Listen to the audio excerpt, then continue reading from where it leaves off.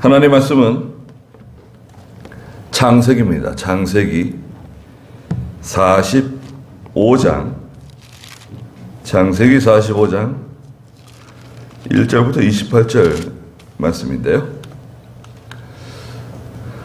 창세기 45장입니다. 제가 준 성경은 창세기 59쪽인데요. 창세기 45장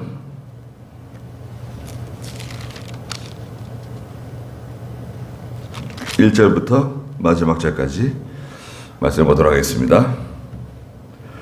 요셉이 감정을 억제할 수 없어서 자기 곁에 서 있는 모든 사람들에게 소리질러 모든 사람은 내게서 물러가라 하고 요셉이 그의 형들에게 자기를 알릴 때에 그와 함께한 사람이 아무도 없었다. 요셉이 소리 높여 우니 이집트 사람들이 들었고 바울의 집 사람들도 들었다. 요셉이 그 형들에게 말하기를 내가 요셉입니다. 아직도 내 아버지께서 살아계십니까? 하였으나 그 형들이 그 앞에서 놀라서 대답할 수 없었다. 요셉이 그 형들에게 말하기를 내게로 가까이 오십시오. 하니 그들이 가까이 가자 그가 말하였다. 나는 형님들이 이집트에 팔았던 그 형님들의 동생 요셉입니다. 이제 형님들이 나를 이곳에 판 것 때문에 근심하거나 자책하지 마십시오. 하나님께서 생명을 구하시려고 형님들 앞서 나를 보내셨습니다. 이 땅에 2해 동안 흉년이 들었으나 앞으로도 5해는 밭가리와 추수가 없을 것입니다. 하나님께서 세상에 형님들의 후손을 보존하시고 큰 구원으로 형님들을 살리시려고 형님들 앞서 나를 보내셨습니다. 그러므로 이제 나를 이곳으로 보내신 분은 형님들이 아니고 하나님이십니다.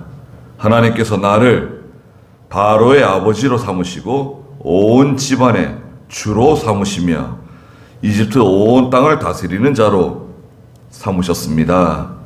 속히 아버지께로 올라가 말씀드리십시오.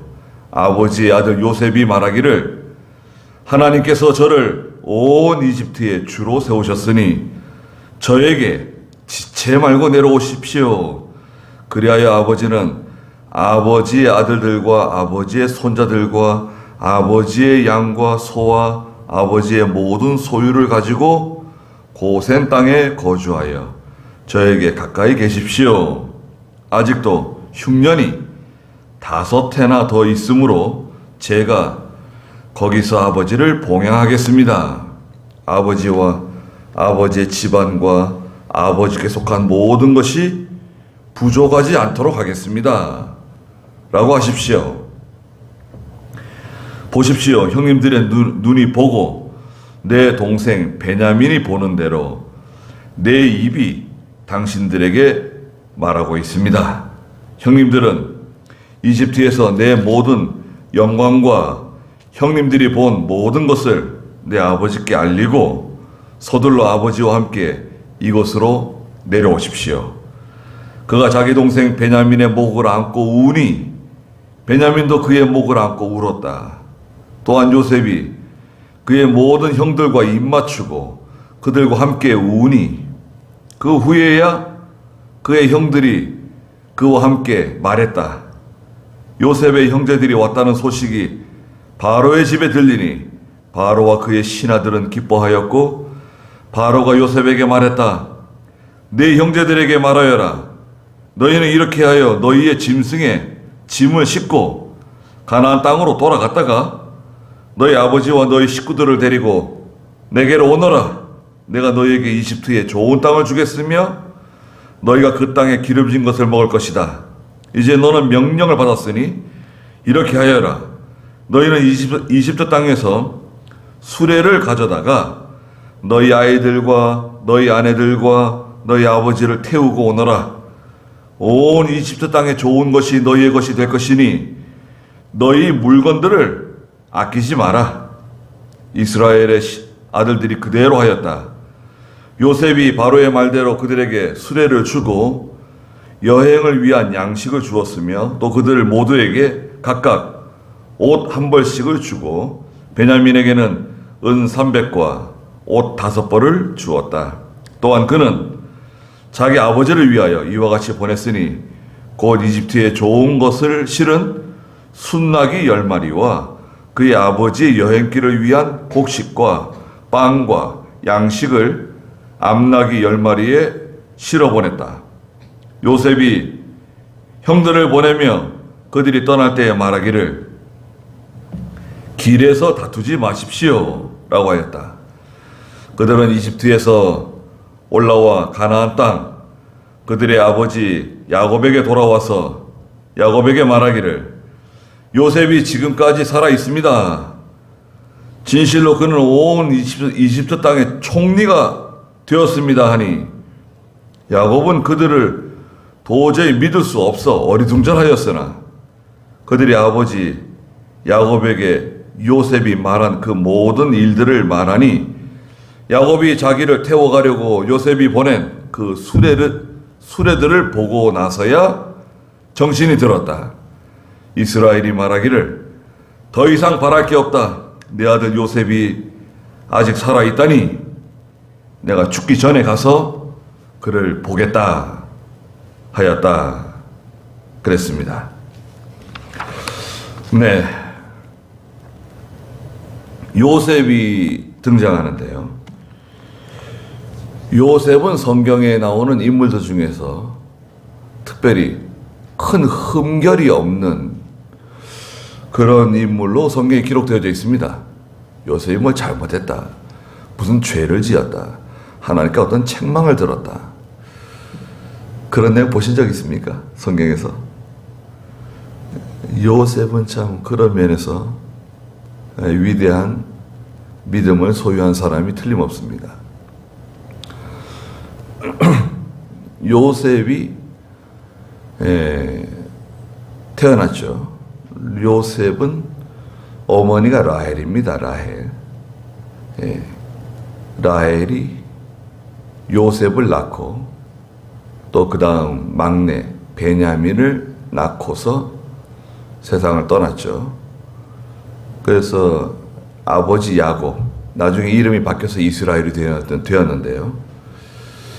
야곱의 사랑하는 아내 라헬이 낳은 아들 요셉과 베냐민, 그 요셉인데요. 요셉은 어렸을 때 아버지의 사랑을 독차지했습니다. 11번째 아들로 태어났어요. 그래서 아버지의 사랑을 독차지하고 아버지가 얼마나 요셉을 사랑했는지 요셉에게 채색 옷을 지어서 입힐 정도로 아주 그 고급진 아주 화려한 그런 좋은 옷을 요셉에게 입혀 주었습니다. 반면에 나머지 형들 있잖아요. 레아와 다른 여종들의 후손인 10명의 아들들에게는 그렇게 사랑을 베풀지 않았어요. 그렇게 자녀들을 물론 사랑하지만 요셉만큼 그렇게 사랑하지 않았습니다. 여기서 이제 문제가 생겼어요. 그 형들은 요셉을 아주 미워했습니다. 싫어했어요. 그러던 중에 아버지가 요셉에게 심부름을 시켰죠. 요셉에게 야 형들이 저기 지금 도단에서 지금 양을 치고 있으니까 도단으로 가서 형들을 좀 만나라고 요셉을 보냈습니다. 요셉이 형들을 만나기 위해서 먼 거리를 걸어서 형들이 양치는 그 목장으로 갔는데 형들이 요셉을 죽이려고 그랬어요. 형들이 요셉을 죽이려고 그러고 달려들었습니다. 그래가지고 요셉을 죽이기 위해서 구덩이에 집어넣고 죽이려고 그랬는데 그때 유다가 나서가지고 요셉을 살려냈죠. 요셉을 살려내고 요셉을 이집트의 종으로 팔았습니다. 돈을 받고요. 동생을 팔아버렸어요. 미운 동생이니까.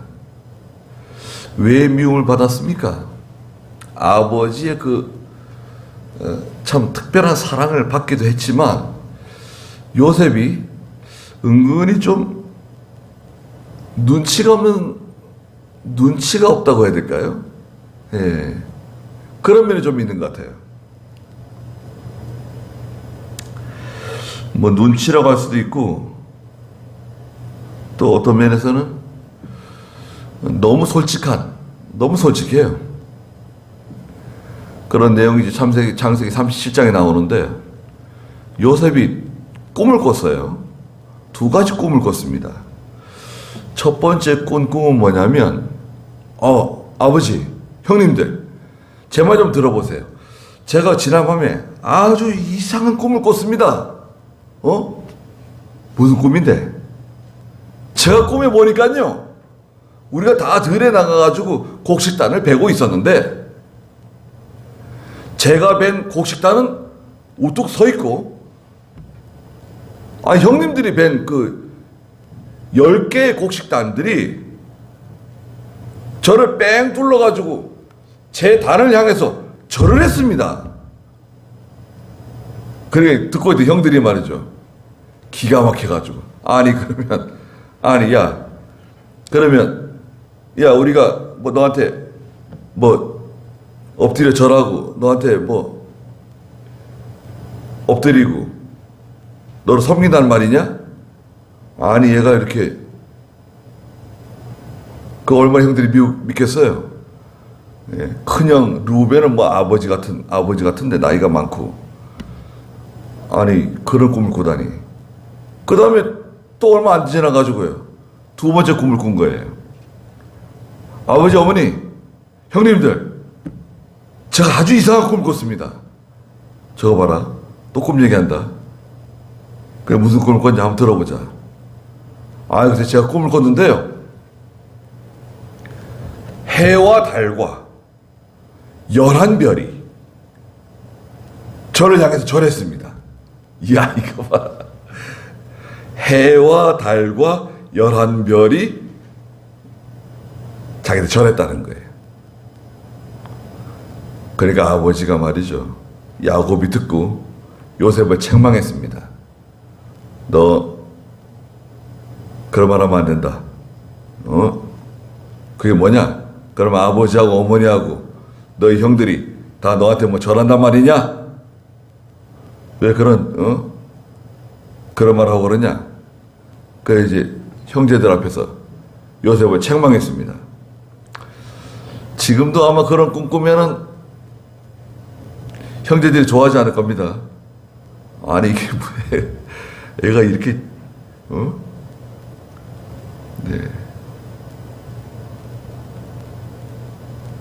그런 어떻게 보면 담백하다고 해야 될까요? 어떻게 보면 또 너무 참 철이 없다고 해야 될까요?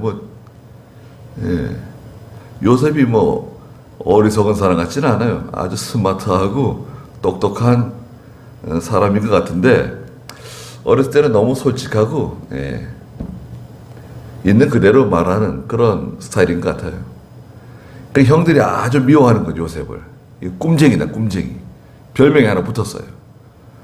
그래서 이 동생을 차마 죽이지는 못하고 아버지 몰래 종으로 팔아먹었어요. 그리고 요셉이 입고 있던 그 채색옷은 벗겨가지고 찢어서 말이죠. 찢어가지고 거기다 양의 피를 묻혔어요. 그리고 아버지에게 가져다 줬습니다. 아버지, 이거 요셉의 옷 아닙니까, 이거?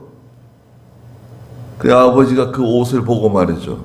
아이고, 우리 요셉이 짐승에게 물려 죽었구나. 그래가지고 요셉의 이름을 부르면서 탄식했습니다. 그게 아버지에게는 큰 이 후회가 된 거죠. 내가 왜 요셉을 거기 보내가지고 이건 다 내 잘못이다. 내가 요셉을 죽인 거다. 이렇게 돼가지고 이제 야곱이 그 요셉이 죽은 것 때문에 일평생 속이 상하고 말했죠. 애가 타고 그냥 요셉만 생각하면은 기가 막힌 일인데,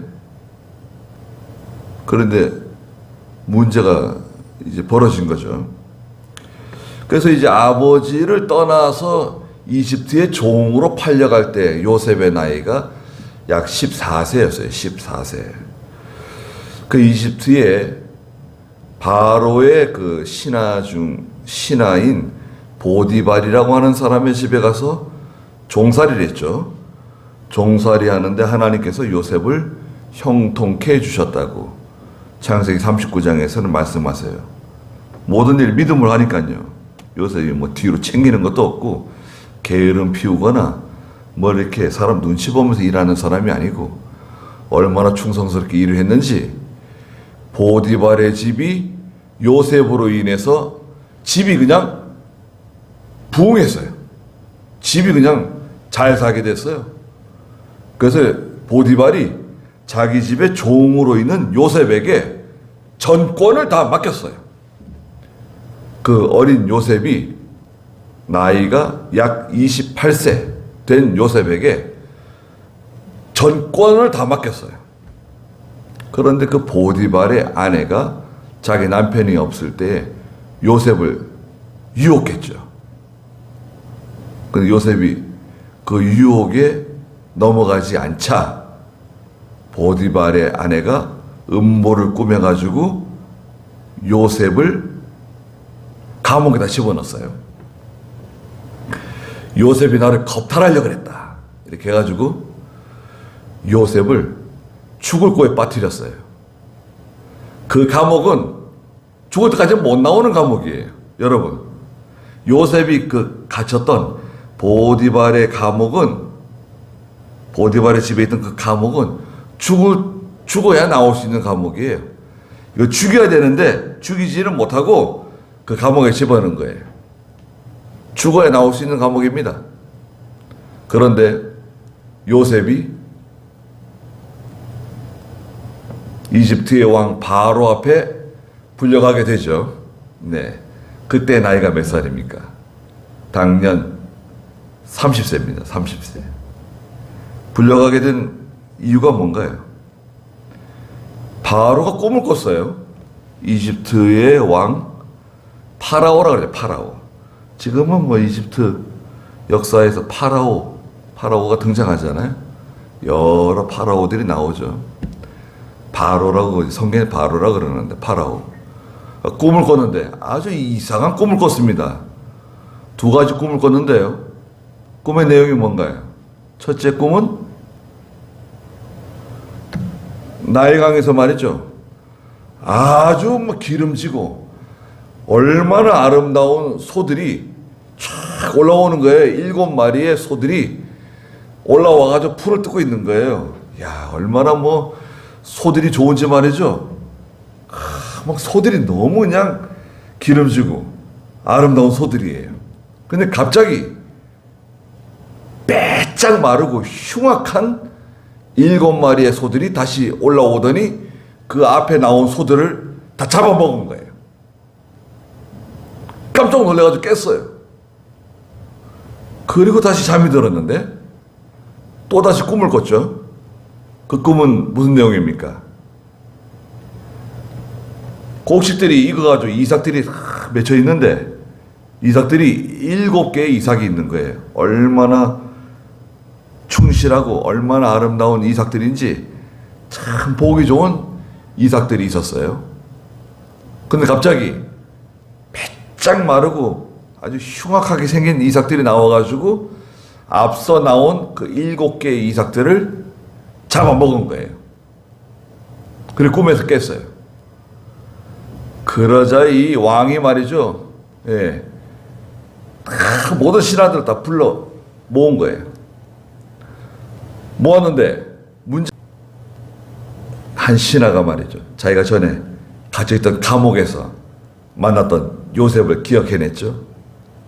그 요셉이 불려왔습니다. 아침에 감옥에 있던 사람을요, 병사들이 가가지고 요셉을 찾아가지고 요셉을 데리고 즉시 왕궁에 데리고 들어가서 목욕을 시키고 수염을 깎고 옷을 입혀가지고, 예, 머리도 단정하게 만들었겠죠. 감방에 있는 사람 뭐 데려다가 말이죠, 씻기고, 예, 깨끗하게 해가지고 왕 앞에 데리고 나왔습니다. 그리고 요셉이 말해주는 거예요. 왕이 꾸신 꿈은 간단합니다. 왕이 꾸신 꿈은 첫 번째 나온 그 7마리의 아름답고 보기 좋은 암소, 또 뒤에 나온 보기 좋고 아름다운 7개의 이삭, 이건 다 같은 꿈입니다. 내용이 뭐냐? 앞으로 7해 동안 큰 풍년이 들 겁니다. 이건 예전에 있지도 않았던 정말 큰 풍년이 들 텐데, 문제는 그 다음에 찾아오는 7해 흉년입니다.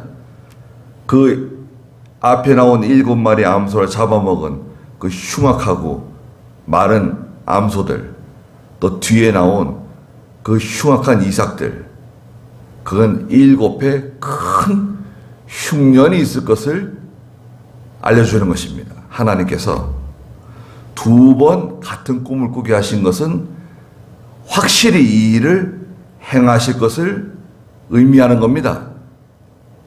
그래서 왕께서는 하나님께서 이렇게 하실 거니까, 예, 좋은 사람을 세우셔가지고 7해 풍년이 들었을 때 이것을 잘 저축하셔야 됩니다. 저축하고 창고를 짓고 곡식을 저장하지 않으면 어려운 일이 생길 겁니다. 그러니까 이 좋은 사람을 택해서 세우는 것이 필요합니다. 거기까지 알려줬어요. 그 왕이 그 요셉이 하는 말을 듣고 말이죠. 또 그 많은 신하들이 그 요셉이 하는 말을 듣고 감동을 받은 거예요. 확신을 받은 거예요. 이야, 저 사람이 하는 말이 맞다. 저 요셉이 말하는 게 맞다. 다른 사람 누굴 뽑아야 되겠냐? 저 사람을 세워야 된다. 왕이시여, 이 요셉을 세워야만 우리가 살겠습니다. 왕도, 야, 요셉, 너 말고는 다른 사람이 없다. 네가 오늘 이 시간부터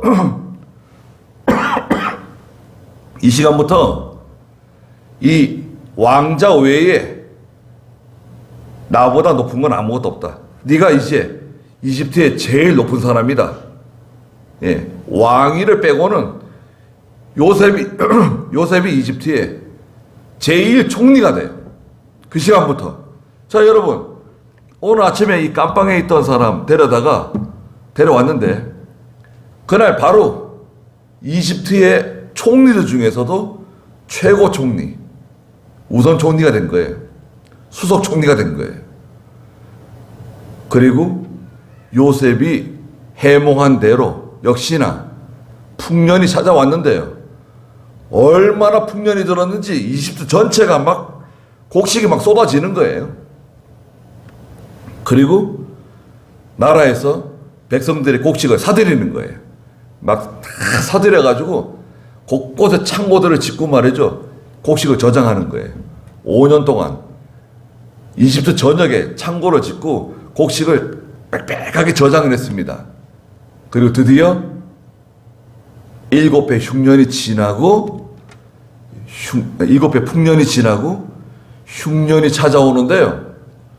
이 흉년은 앞에 7해 풍년을 완전히 잊어버릴 만한 그런 정말 기가 막힌 흉년이 찾아왔습니다. 그러니까요, 이집트 안에 있는 이집트 사람들 뿐만 아니라 이집트 주변에 있는 여러 나라의 사람들이 모두 다 돈을 가지고 이집트의 총리 앞에 와가지고 쌀을 사가게 되었어요. 그 요셉이 나가 앉아 있으면 쌀 사러 오는 거야, 사람들이. 쌀을 사러 오면 그 사람들에게 쌀을 내어줬어요. 요셉이 그거 직접 했어요? 그거 왜 직접 했을까? 여러분은 어떻게 생각하세요? 아니, 그냥 뭐 쌀 나눠주면 되는 건데 요셉이 왜 굳이 그 직접 그 사람들에게 쌀을 팔았을까? 좀 느낌이 오시죠? 예. 그래서 7해 중에 첫 해가 지나가고 7해 흉년에 둘째 해가 지나갔어요. 그러자 드디어 가나안 땅에도 큰 흉년이 찾아들게 되었고 야곱과 야곱의 아들들 그들의 온 집안이 먹고 사는데 힘들어지게 생겼어요. 그러니까 야곱이 아들들에게 야, 저 이집트에는 지금 양식이 많다는데 빨리 가서 양식을 사가지고 와라. 그렇지 않으면 우리가 다 굶어 죽게 생겼다. 그래가지고 요셉의 형들이 양식 사러 왔습니다. 형제들이 양식을 사러 왔는데 누가 그 앉아 있었죠? 자기들이 죽이려고 했던 아버지께 짐승에게 찢겨 죽었다고 말한 그 요셉이 이집트의 총리로 앉아 있는 거예요. 그런데 문제는 뭔가요? 저 총리가 요셉이라는 건 절대 알 수가 없어요.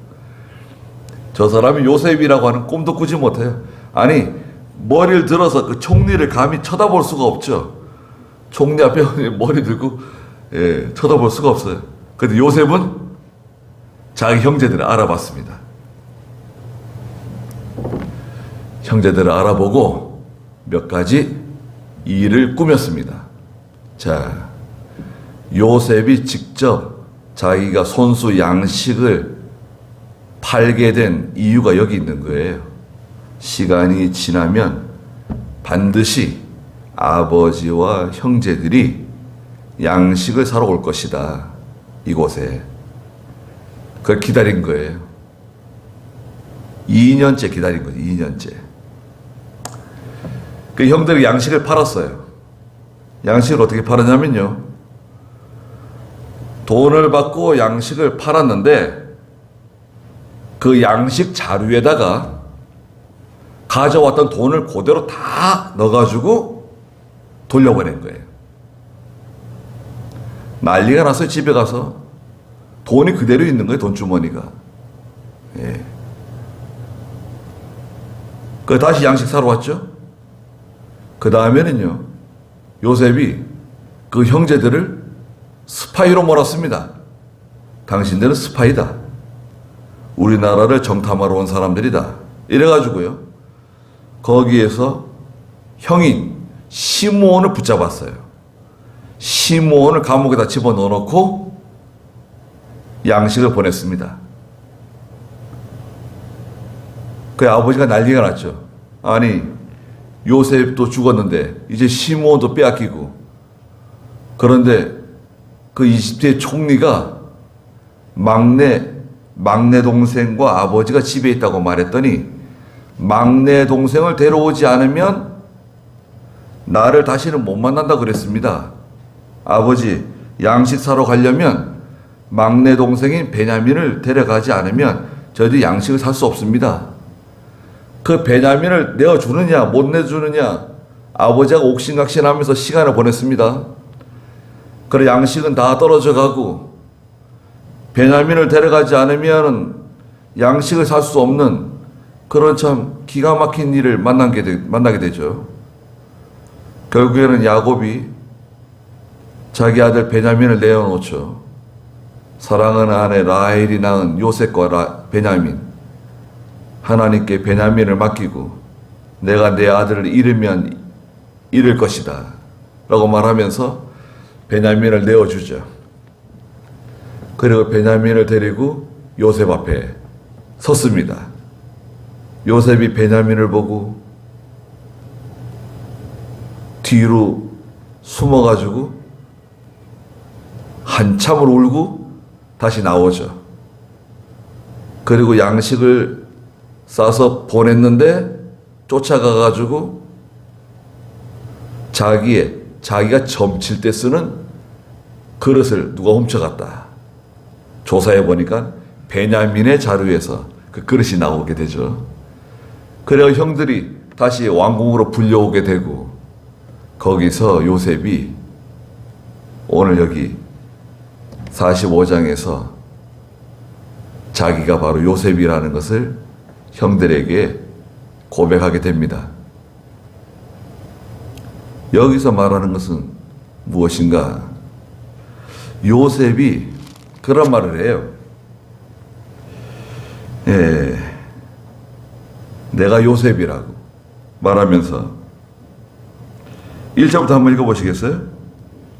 요셉이 감정을 억제할 수 없어서 자기 곁에 서 있는 모든 사람들에게 소리질러 모든 사람은 내게서 물러가라 하고, 좀 띄어서 읽어보시겠어요? 요셉이 그의 형제들에게 자기를 알릴 때에 그와 함께한 사람이 아무도 없었다.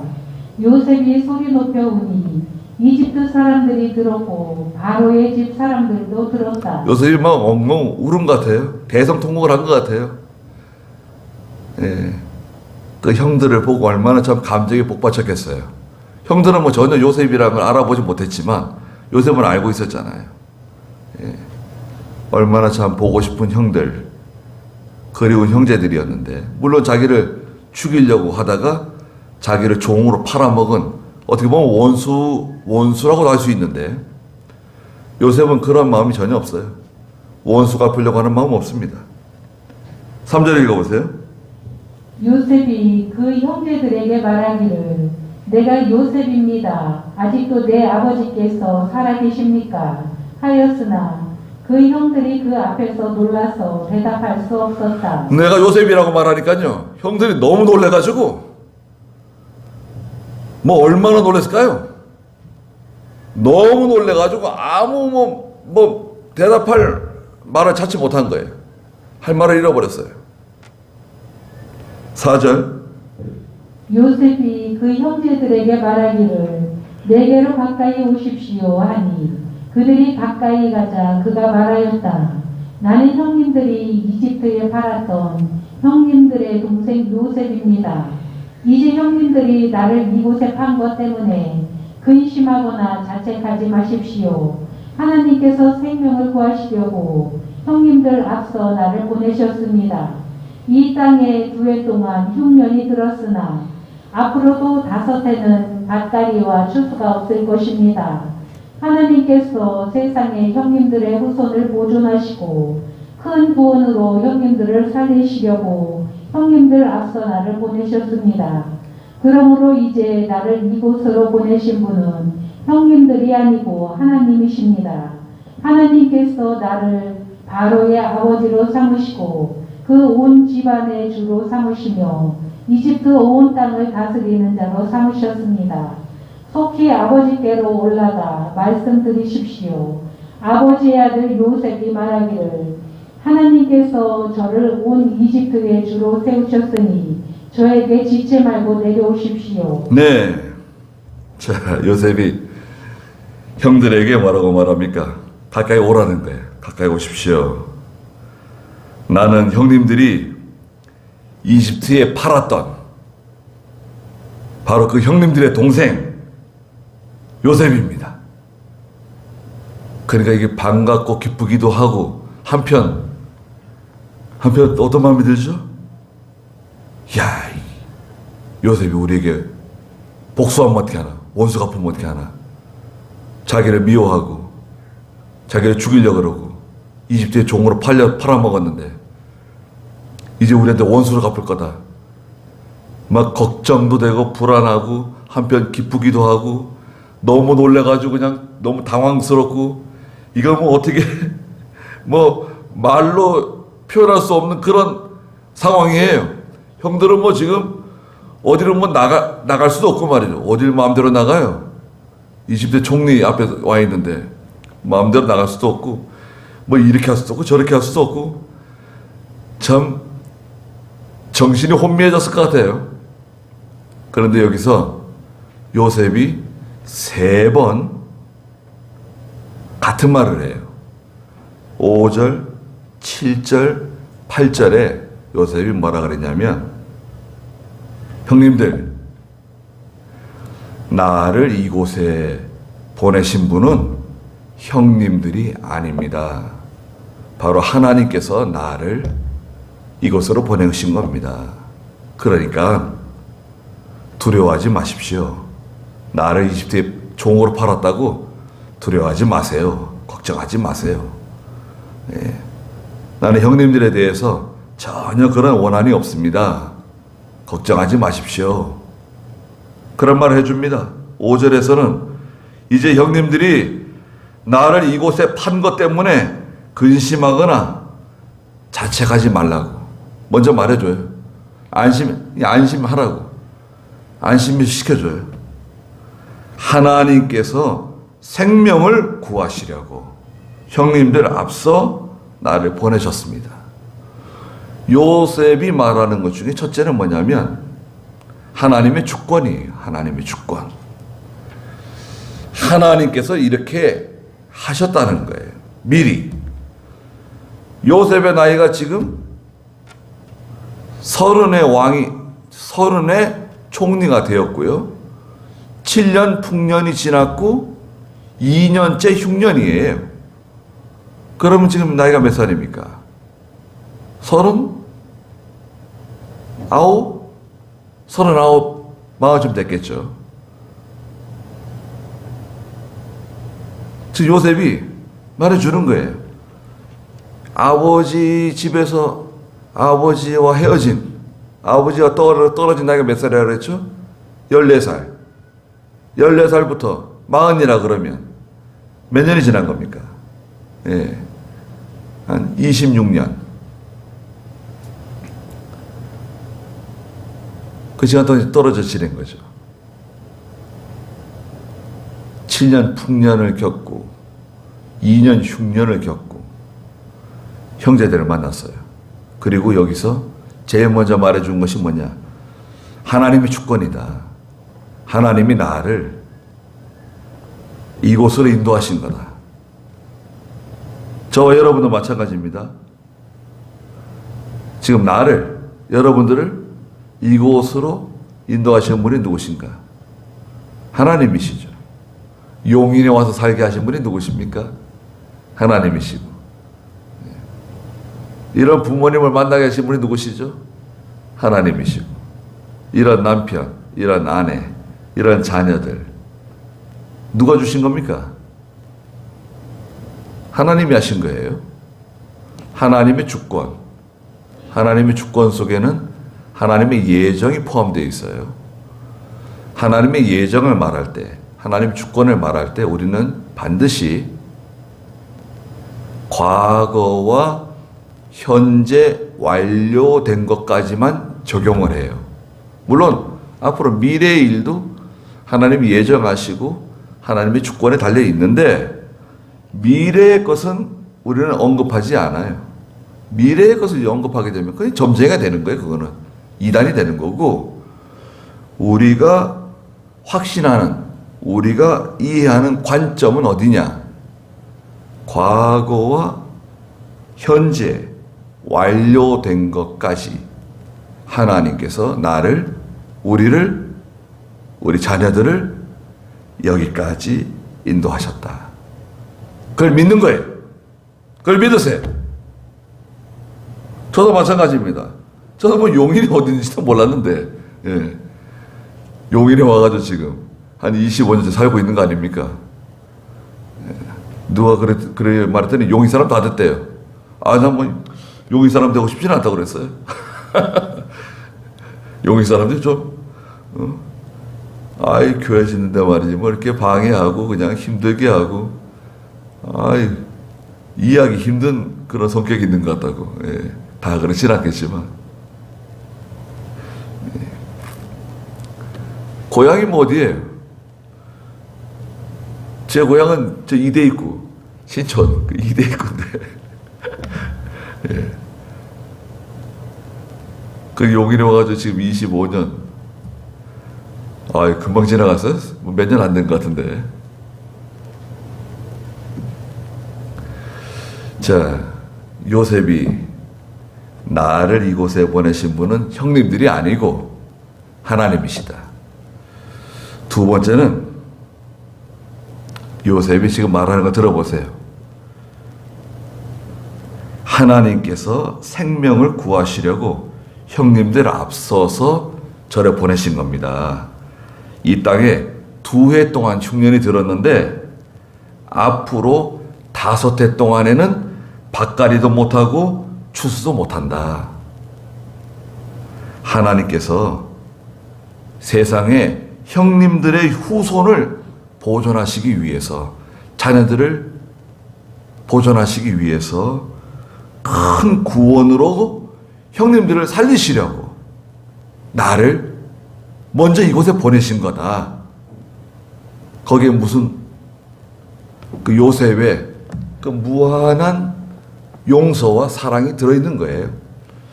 요셉이 그 형제들을 진정으로 사랑하는, 무한히 그 용서하고 사랑하는 마음이 들어있어요. 그렇죠? 세 번째는 요셉이 하는 말 속에 비밀이 숨겨져 있어요. 비밀이 뭐냐? 무슨 비밀이 숨겨져 있죠? 앞으로 5해 동안 흉년이 지속된다는 거예요. 아무도 못 버텨요. 아무도 버틸 수가 없어요. 그래서 이집트 사람들이 다 요셉 앞에 굴복하고 종이 돼요. 우리가 다 종이 될 테니까 살 수 있는 양식을 달라고 엎드리게 되죠. 이집트 사람 전체가 다 바로와 요셉의 종들이 됩니다.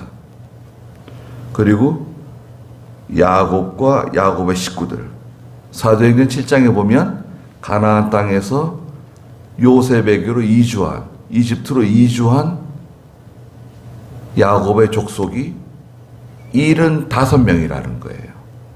75명을 살리시기 위해서, 이스라엘을 구원하시기 위해서, 그래서 요셉을 미리 이집트의 총리로 세우신 거죠. 여러분, 하나님께서 하시는 일은 우리가 알 수 없어요. 이것을 하나님의 섭리적인 역사라 그러죠. 하나님의 섭리적인 구원의 역사인데, 이 섭리는 지금도 작동하고 있습니다. 천천히 혹은 느리게, 시계 속의 태엽처럼, 시계 속의 톱니바퀴처럼, 그죠? 어떤 건 빨리 돌고 어떤 건 천천히 도는 톱니바퀴들이 있잖아요. 하나님의 섭리는 이렇게 작동해요. 어떤 건 빨리 작동하는 것처럼, 어떤 건 느린 것처럼 느껴지지만 하나님의 섭리가 작동하고 있다. 저와 여러분들 어디로 인도하시고 있습니까?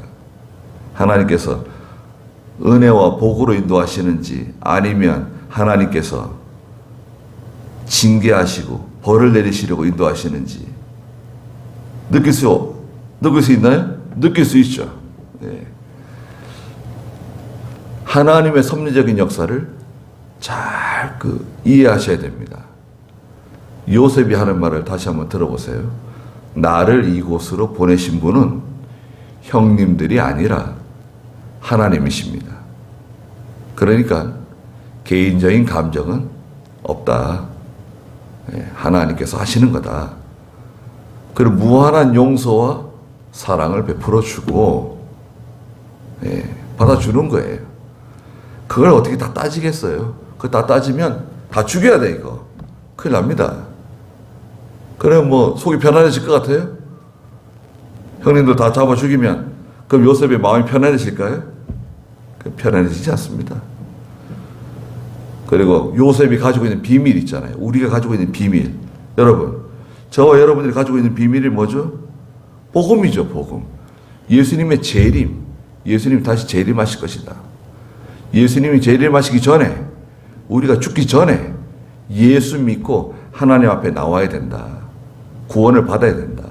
영생을 얻어야 된다. 이 기회를 놓치면 이 기회를 놓치면 영원한 멸망을 받게 된다. 이것을 우리가 가지고 있는 겁니다. 이것을 전해주고 우리 주변에 있는 사랑하는 분들을 건져내시길 바랍니다. 기도하겠습니다.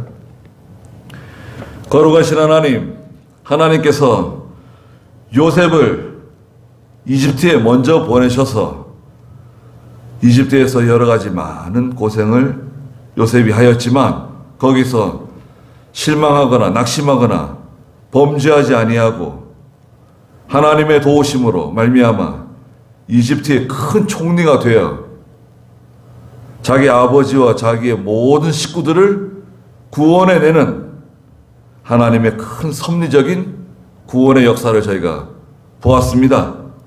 이것을 계획하시고 주장하시고 이 그림을 그리신 분이 바로 하나님이시라는 것을 믿게 해주시고 또 저희가 모든 사람들에 대하여 용서하며 사랑하는 마음을 갖게 해주시고 또 우리 속에 있는 비밀, 예수 그리스도의 재림과 구원의 비밀을 가지고 많은 사람들을 주께로 인도하는 저희가 또한 되게 해주시옵소서. 예수님의 이름으로 기도드리옵나이다. 아멘.